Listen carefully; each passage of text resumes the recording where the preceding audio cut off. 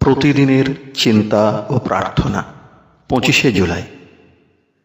দিনের প্রধান চিন্তা, তুমি নিজে যথার্থ আত্মানুভূতি লাভের প্রয়াসী হও, তবেই অপরের কি প্রয়োজন তাহা বুঝিতে পারিবে।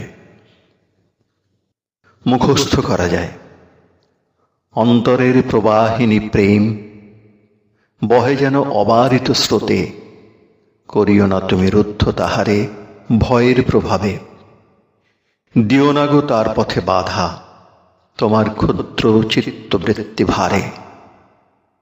বহে যেন তব প্রেমের তটিনী অবিরাম ধারে, হইবে ধৌত নির্মল হৃদয় তোমার, আনিবে নবজীবন, দিবে সে তোমারে মুক্তি পরশ।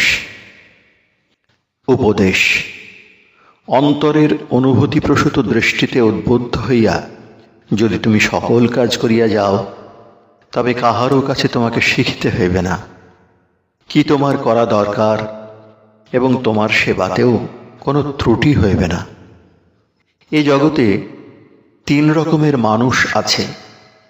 একরকম লোক এমন যে সে নিজে বুঝিয়া প্রত্যক্ষ অনুভূতি ও অনুপ্রেরণা লাভ করিয়া কাজে নিযুক্ত হয়। আর এক রকম আছে যাহাদের একবার মাত্র বলিতে বা সংশোধন করিতে হয়, তাহারা কখনো ভুলিয়া যায় না।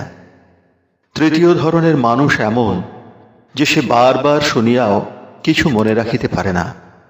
তুমি হইবে তাহাদের মতো, যাহারা উন্নত প্রথম শ্রেণীর লোক। প্রার্থনা। প্রেমময় দেবতা যিনি, তিনি যেন আমাকে অধিকতর সদ্বুদ্ধি দান করেন।